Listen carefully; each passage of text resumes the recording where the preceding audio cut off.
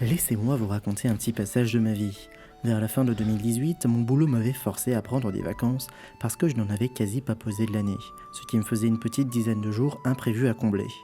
Je me mis à regarder totalement par hasard l'une des séries qui traînait sur ma watchlist, Atelier Skyology, Alchemist of the Sky. L'expérience était sympathique, très imparfaite au début, accrocheuse par la suite, mais surtout l'univers et ses personnages avaient tous quelque chose de très attrayant.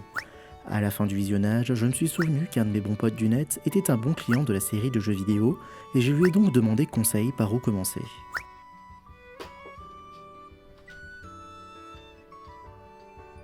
Ma première session sur le jeu a duré plus de 8 heures, et un peu plus de 3 ans plus tard, me voilà en train de parler de ce qui m'a fait plonger dans une saga dont j'attends toujours avec engouement les prochains opus.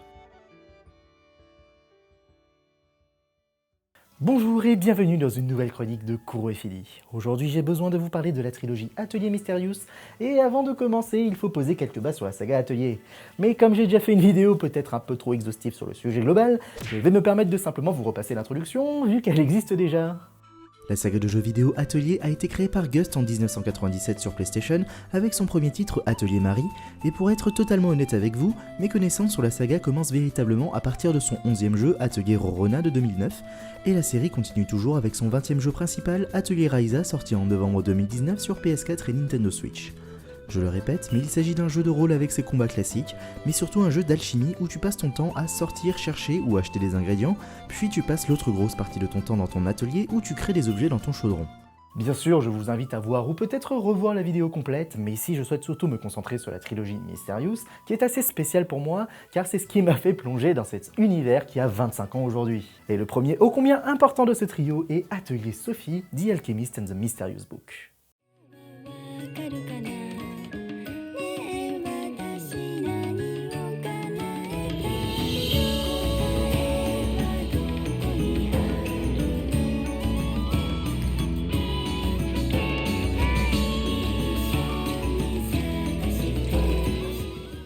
Amoureux du slice of life, voici un nouveau représentant fort du genre. Atelier Sophie se présente comme l'histoire tranquille du jeune fille novice en alchimie qui a pour seul but noble de progresser dans son art et aider les personnes dans le besoin. Sa vie d'alchimiste prendra un tournant très étrange lorsqu'elle tombera chez elle sur un livre spécial qui est doué de paroles. Ce livre amnésique, nommé Placta, était un ancien alchimiste de plus de 500 ans et se retrouvera à être le maître d'alchimie de Sophie, cette dernière ayant pour nouveau but de retrouver la mémoire de ce livre tout en progressant dans son apprentissage. Je vous épargne le côté plus sérieux de l'histoire qui mérite de se découvrir en y jouant et qui s'étoffe seulement tardivement.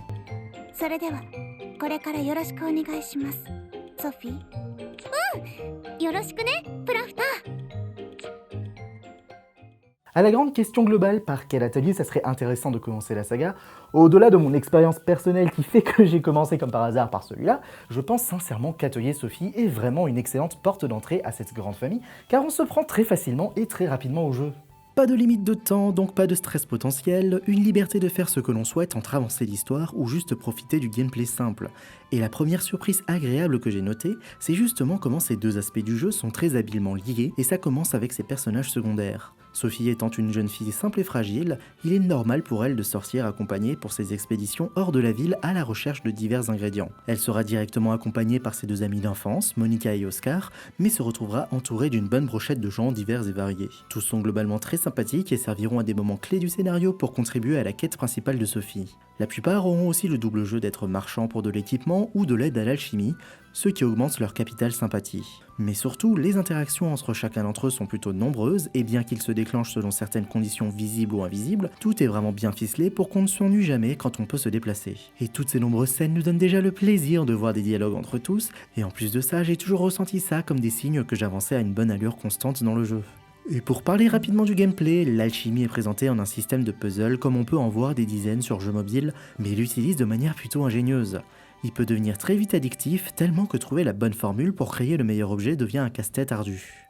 Et c'est personnellement mon système d'alchimie préféré parce que j'adore ces puzzles qui peuvent changer de grille selon les objets. Je trouve ça juste trop fun et varié, et c'est tout ce que je demande à un jeu en fait. Je ne vais pas trop m'étaler sur l'aspect combat car ils sont vraiment très basiques RPG, prenant une approche un peu plus Dragon Quest où on décide de toutes les actions de chacun au début de chaque tour. On peut y voir une dimension plus tactique grâce au fait qu'on puisse anticiper aussi les actions ennemies, mais le bourrinage pur et dur est une technique viable.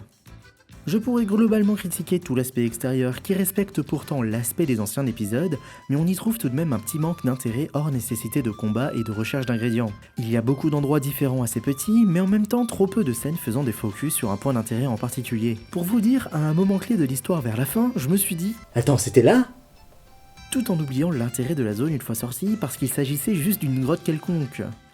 Mais bon, l'exploration pas non plus incroyable est totalement compensée par la découverte de la richesse auditive des ateliers via ces musiques.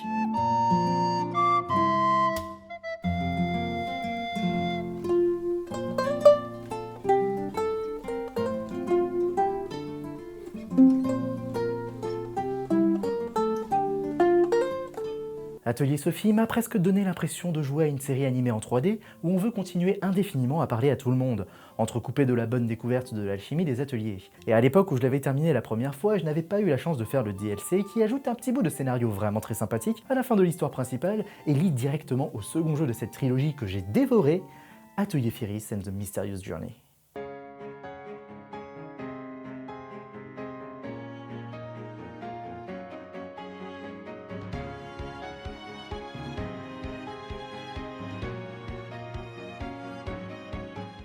À l'ère où les plus gros jeux misaient sur des mondes ouverts tels que Xenoblade Chronicle X, Just Cause 3, The Witcher 3 ou même FF15, l'équipe de Gust a décidé de s'essayer à ce genre tout en l'attachant à sa formule ancrée depuis plus de 15 ans, ce qui en fait un peu un ovni dans la lignée des ateliers. Et le résultat final en est vraiment différent avant toute autre forme de jugement. Le changement de direction assez drastique a fait couler beaucoup d'encre parmi les fans, autant en bien qu'en mal. Personnellement, je l'ai enchaîné directement après avoir terminé son prédécesseur et c'était ainsi mon deuxième atelier, donc toujours avec très peu d'expérience globale. Bonjour, je fais partie de la catégorie de personnes qui a adoré l'expérience. Nous voici quelques temps après la fin d'Atelier Sophie dans une ville souterraine coupée du monde nommée Ertena. Ici nous retrouverons la jeune Firis Mistlude qui a pour rêve de sortir de son village et enfin découvrir le monde extérieur. Son destin lui fera rencontrer Sophie qui est dans son voyage pour devenir une alchimiste licenciée. Après avoir vu à l'œuvre les exploits du pouvoir de l'alchimie, Firis trouvera un nouveau rêve en devenant alchimiste grâce à Sophie. L'introduction de l'histoire s'allie avec l'apprentissage des mécaniques du jeu en donnant pour premier objectif de faire ses preuves en ville avant de pouvoir affronter le monde extérieur. Une fois accompli, le voyage alchimico-initiatique de Firis débutera, accompagné de sa sœur Liané à travers plaines et forêts, neiges et montagnes, grottes et rivières, villes et villages, pour atteindre ces deux rêves en même temps. Et le plus gros point fort de ce grand voyage ne réside pas dans les décors qui sont indiscutablement faibles face au triple A, car le sentiment de très grand et relativement vide est inévitable, mais il réside dans le personnage de Firis à elle toute seule. Firis est un personnage un peu bipolaire et au caractère très trempé. Elle se renferme sur ses doutes au calme, mais son côté rêveuse du monde extérieur lui donne tout le temps des étoiles dans les yeux. Et lorsqu'elle en parle et découvre enfin ce vaste monde nouveau qui s'offre à elle, elle devient une pile électrique incontrôlable et très vite attachante. Je pense qu'il faut voir à travers elle l'envie de Gust de s'essayer sincèrement à l'exercice du monde ouvert, tout en transmettant leur démarche à travers le ressenti des premières fois de l'alchimiste.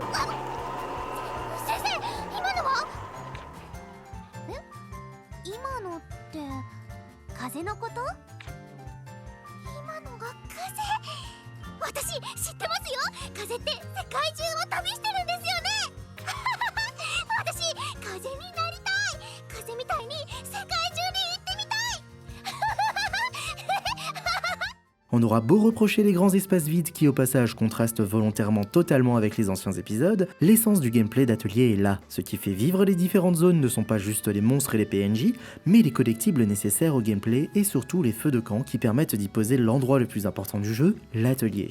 L'alchimie est très similaire au précédent jeu avec quelques améliorations pour intensifier le fun, et comme j'ai aimé la première fois, forcément que j'allais aimer la deuxième fois, même avec ses différences.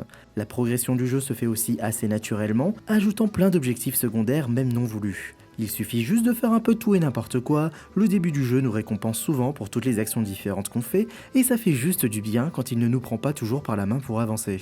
Par contre, là où le jeu se loupe le plus par rapport à sincèrement tous les autres ateliers, et là je parle après 10 jeux terminés, c'est son casting de personnages secondaires jouables. C'est simple, la star de ce jeu c'est Firis et personne d'autre.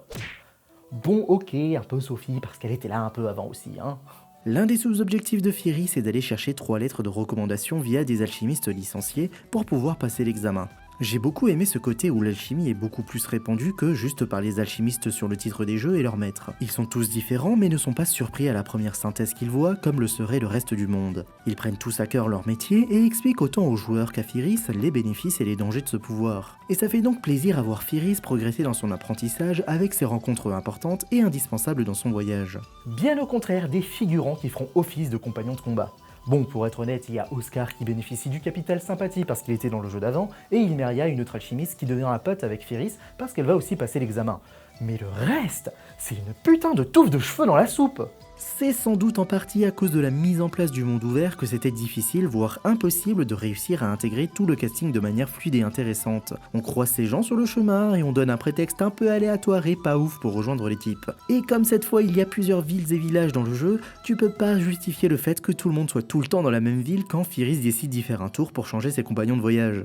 Le seul lieu commun où ils pourront avoir des interactions, ce sera dans l'atelier, mais ça deviendra plus forcé qu'autre chose, même si elle a tout de même ses moments random drôles. Le jeu tente aussi de remettre une limite de temps d'un an complet pour accomplir l'objectif principal de l'examen, et franchement, même s'il m'a stressé à la découverte, il est ultra généreux pour ne pas avoir à s'en inquiéter, et il m'a donné la dose de fun qui fait, je pense, l'essence d'un jeu de la saga à ses débuts, c'est-à-dire savoir un minimum gérer l'équilibre entre le combat et l'alchimie, tout en assimilant les subtilités du jeu. Et c'est important de le faire, car l'examen final, c'est pas un simple examen, non. Tu passes littéralement ton bac atelier avec cet examen, et je vous jure que je me suis bien planté la première fois, et ça a fini avec Firis qui pleure, puis qui rentre chez elle, et j'ai failli frôler la catastrophe en enregistrant la partie pour le New Game Plus. Bref, j'ai volontairement esquivé pas mal de sujets sur le jeu comme les combats ou le post-examen qui permet de se concentrer sur les personnages secondaires car ce sont des points qui n'ont pas besoin de plus de commentaires et s'apprécient vraiment si on est impliqué dans le jeu. Enfin, il faudra tout de même pousser le jeu pour pouvoir s'offrir la joie de revoir Sophie dans l'équipe, acquérir de nouvelles simplifications de vie et toutes les zones du jeu, ce qui offre une durée de vie très bonne et même possible à finir à 100% sans New Game Plus. Et bien sûr, l'OST encore une fois emporte facilement le joueur dans l'aventure comme il le faut.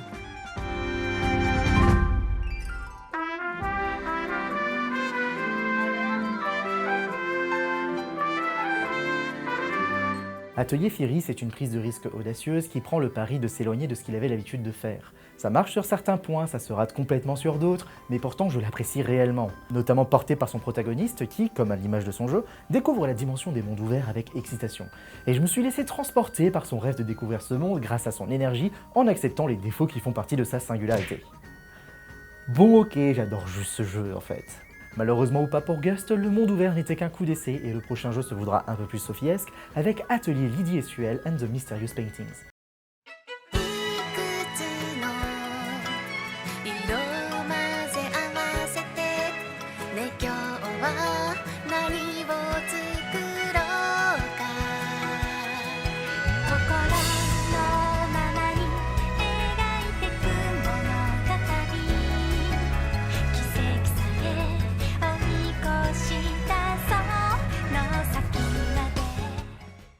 Bienvenue à Merveille, grande cité du royaume d'Adalet. On y incarne deux protagonistes jumelles, Lydie et Suel Malen, qui auront comme but très classique de devenir les meilleurs alchimistes de leur ville. Durant leur train de vie habituel, elles tomberont sur une peinture spéciale de leur père peintre alchimiste qui les transporteront dans un monde intérieur au thème du dit tableau. Ce mystère scénaristique sera aidé par la mise en place d'un système de rang d'alchimistes pour développer le royaume et en faire attirer d'autres, ce qui est très pratique pour réussir à faire venir les anciennes protagonistes autrement que par hasard. Et à chaque nouveau rang débloqué, un nouveau tableau sera explorable pour découvrir leur mystère qui est juste d'être mystérieux. Je troll un peu, mais même si généralement un atelier ne brille pas forcément par un scénario avec des rebondissements en tout genre, il fait le minimum pour être au moins agréable à poursuivre. L'histoire de Lydie et Suel manque un peu de piment pour qu'il soit palpitant à vouloir continuer. Bon, certes, il y a la découverte de peintures qui en font une très bonne justification de décor assez cool au passage, mais je sais pas, il manque un vrai truc avant-tard dans le jeu qui donne vraiment envie de les explorer, autre que la princesse secrétaire qui te demande d'y aller. J'appelais les amoureux du Slice of Life avec Atelier Sophie, eh bien je les rappelle encore plus fort ici car on ressent encore plus cet aspect, mais un peu dans le mauvais sens du terme. Les dialogues aléatoires n'apportent pas trop de ce qu'on sait déjà ou qu'on devine très facilement. Je les trouvais parfois même plus envahissants qu'autre chose quand j'avais par exemple envie de me concentrer sur l'alchimie. Bien que les nouvelles têtes soient plus sympathiques que celles d'Amphiris, il manque encore un peu d'un certain charisme qui fait qu'ils sont loin d'être inoubliables. Mais qui dit dernier atelier d'une trilogie dit grande réunion de famille avec les 2 premiers opus. Mais en vrai, c'est un peu tristoun sur ce point-là. Un bon point, à part un seul personnage que je n'aimais vraiment pas qui est revenu, les autres qui sont présents sont les plus importants, tels que Firis, Sophie évidemment, et notamment Ilmeria qui deviendra la maîtresse d'alchimie des jumelles, ce qui était surprenant au début, mais finalement assez logique, en plus de lui donner une mise en avant qu'elle mérite. Mes regrets sont plutôt sur l'absence de certains personnages qui auraient peut-être pu être intégrés comme Liane en tant que vendeur de certains types d'objets, ou même à la limite tenter de prouver que certains personnages secondaires de l'aventure de Firis auraient une deuxième chance à prouver leur intérêt, mais ce ne sont que des souhaits inexaucés de ma part. Au moins, le retour à la vie unique permet de revenir à la formule de base efficace qui fait que comme tout le monde est au même endroit, c'est plus facile de les faire interagir naturellement entre eux et montrer leur implication dans la vie des sœurs. Même si bon, en dehors du scénario, la vie des sœurs, et j'ajoute Lucia dans le tas, elle se résume un peu à qui veut atteindre la voie la plus aiguë et l'attitude la plus enfantine possible.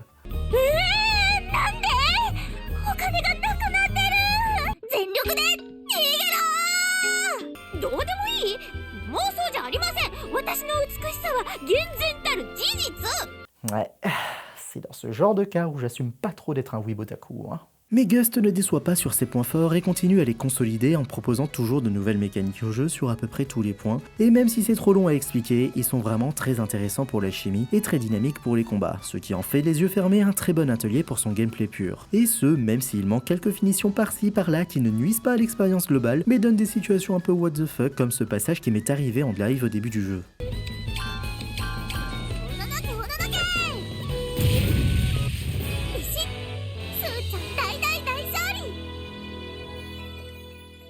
What? Attends, il y a un truc qui va pas là. Attends, quoi? Juste quoi? Je viens de gagner 34 niveaux. Atelier Lydie et Suel se veut au final très classique, où on ressent presque une simple commande de la formule de la trilogie à boucler, à l'image des 2 précédentes trilogies, mais où il souffrira peut-être du rythme assez effréné d'un jeu par an à sortir, en plus de la sortie la même année de 2 autres jeux du même studio. Il contente la dose de nouveaux jeux annuels et reste toujours très accessible comme le début de la trilogie, et il possède tout de même son lot de fun et de challenge habituels à maîtriser son système de fond en comble. Ouais, ça va, ça passe toujours bien.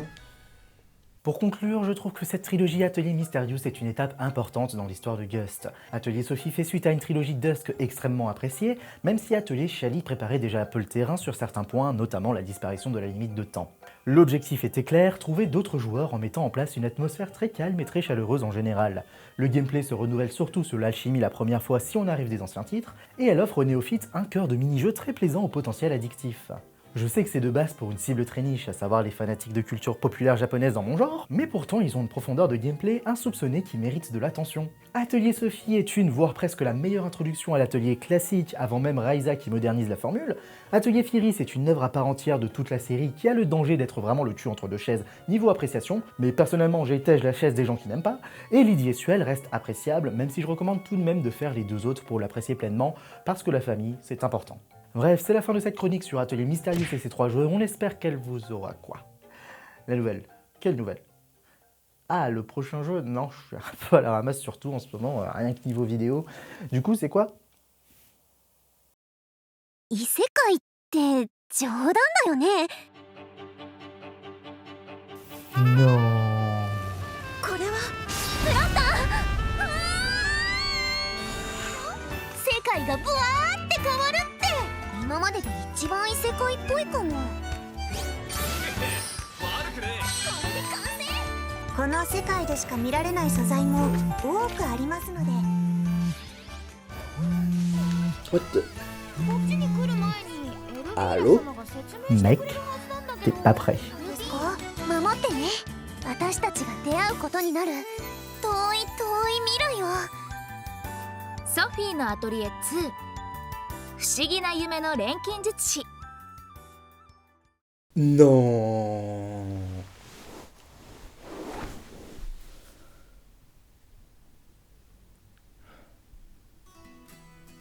Sur ce, c'est la fin de cette future chronique sur Atelier Mysterious et ses 3 jeux. Merci d'avoir regardé la vidéo jusqu'au bout, je crois qu'il y a un jeu sur lequel on doit sauter d'ici peu de temps. N'hésitez pas à partager cette vidéo pour faire du coup découvrir Atelier Sophie à ceux qui ne connaissent pas et les 2 autres.